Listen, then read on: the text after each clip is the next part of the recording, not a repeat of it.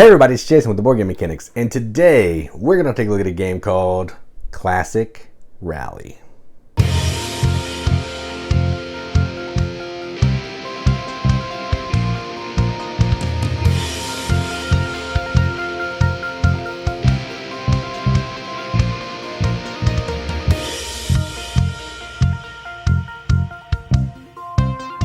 Classic Rally is a game designed and published by Felipe J.F. Freitas. I might have said that incorrectly. I do apologize. It plays 1 to 4 players, 45 to 90 minutes, 14 plus ages. Is there any theme in this book? I have a prototype here. Let me see if there's any theme in it. See what we're actually doing. Yeah, there is. Classic Rally is a board game that brings the classic and historic cars world to the tabletop. The thrills of the classic car rallying, from preparing the car and logistics to the days on the road competing and assisting the car. I think this was translated, so it's a little, it's rough draft. Your goal is to pass by all 3 different checkpoints and be the quickest to cross the finish line. So you're doing a rally cross race, cross country race, and you're trying to visit all these checkpoints, going left and right and forward and backwards, all these places, avoiding hazards, hitting service station, hitting your assistant car, to make sure you have enough fuel and all that stuff to be prepared for hazards. To be the first player, hit all 3 checkpoints, get to the finish line. That's the game. So let's go down to the table, see how that works. All right, so here's a game of Classic Rally, all set up for 2 players. To set up, you're going to put the board out in the configuration of the player's choosing, or there are some in the rule book, a basic configuration if you want to use that. Then each player is going to get a rally car and an assistance car. Rally car will start at the starting line. The assistance car will go on any other tile that's not the start, finish, or anything with a symbol. And then you're going to fill up your boards here. Each player, starting with last player first, is going to get a feature card, and then we'll do it again until you have 2 feature cards. So I have these.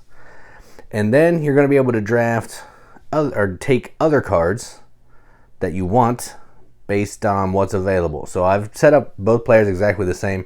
That's probably not what would really happen, but that's what I did, just so you can see how the game works. So then you're going to put the checkpoints for each player on the appropriate checkpoints, hazard cards off to the side, additional fuel cards off to the side.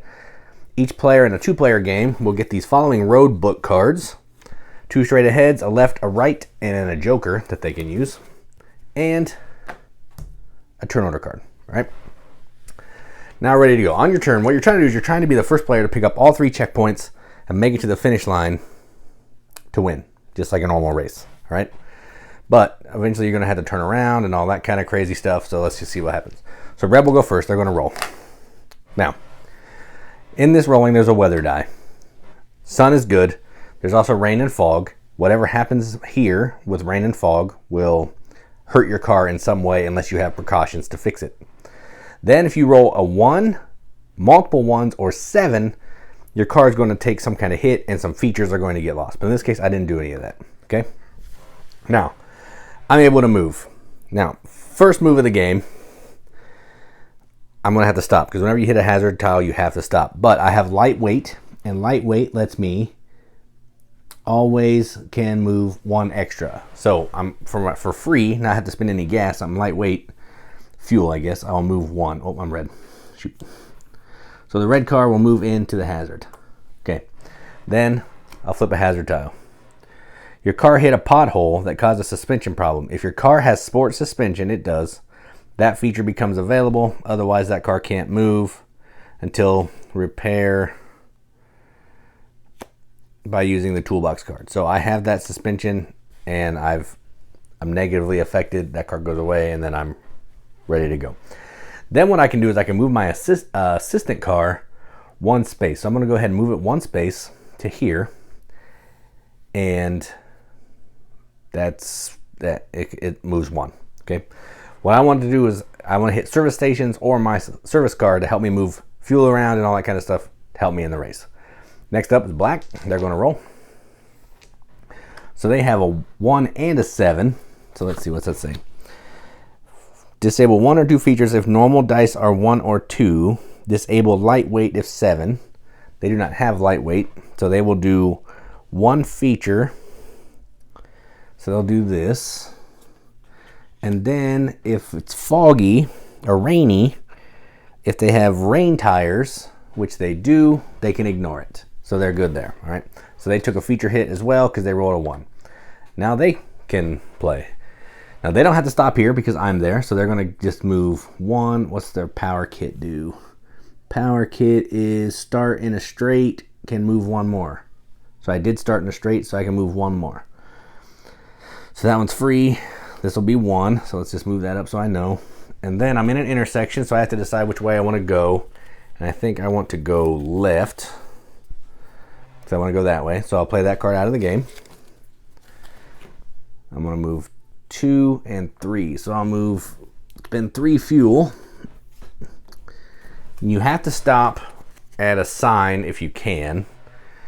Otherwise, the only way you stop in an intersection is if you have a card. You can't play a card to let you move.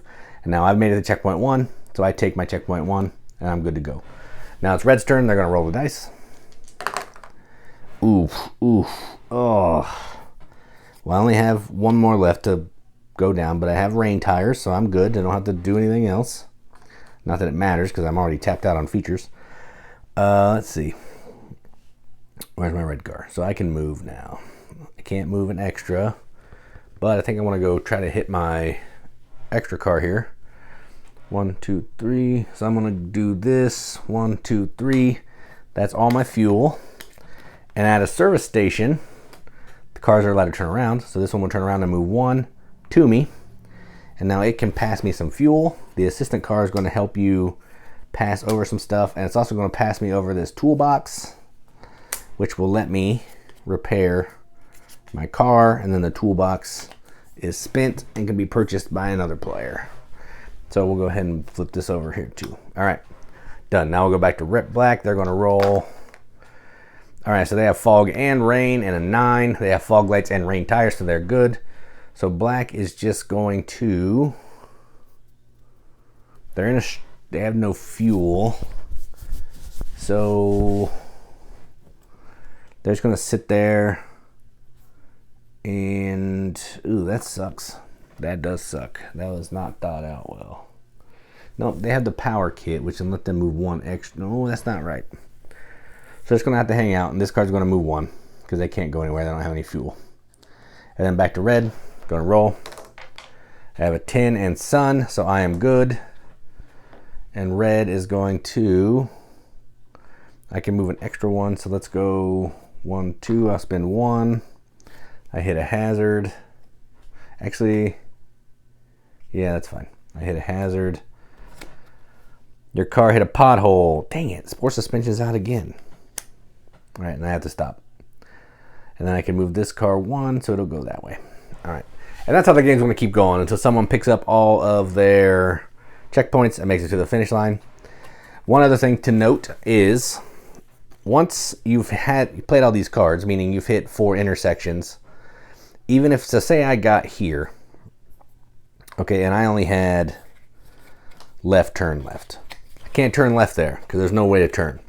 So I basically just skip my turn, remove that card from the game, and now if I have no more of those cards, when I have to go again, I can pick which way I want to go. So it's kind of a, I guess, a catch-up mechanism a little bit.